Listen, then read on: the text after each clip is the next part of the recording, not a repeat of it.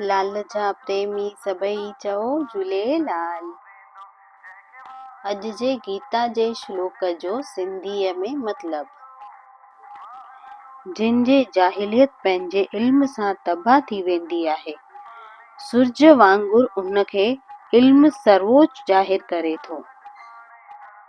चौथे सवाल जो सही जवाब आहे बी। अमरलाल जी सुख उत्पत्ति सुंदरदास लिखी आहे। अॼु जी निशानी आहे सिंधी टोपी। अचो त ॼाणूं सिंधी टोपीअ जे बारे में। सिंधी टोपी पाइण जे पुठियां सांस्कृतिक गौरव, इतिहास ऐं सम्मान जी गहरी भावनाऊं आहिनि। हीअ टोपी सिंधी समुदाय जी अनूठी पहचान ऐं विरासत जो प्रतीक आहे। सिंधी संस्कृति में महिमान खे, नए परिणियल खे ऐं वॾनि खे सिंधी टोपी ऐं अजरक ॾियणु हिकु सभिनि खां वॾो सम्मान आहे। सिंधी टोपीअ जो इतिहास सिंधु घाटी जी सभ्यता सां जुड़ियल आहे, जिते मथो ढकणु हिकु गरिमा ऐं उच्च सामाजिक स्थिति जी निशानी आहे। सवाल 5।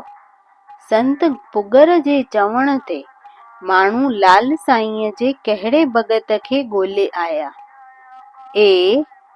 Narayan Das, B. Ghanshyam Das, C. Laldas, D. Mohanlal.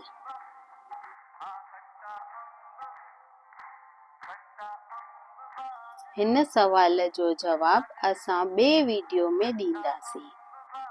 Sindhi समाज एकता चैनल खे लाइक, शेयर, कमेंट ऐं सब्सक्राइब कजो।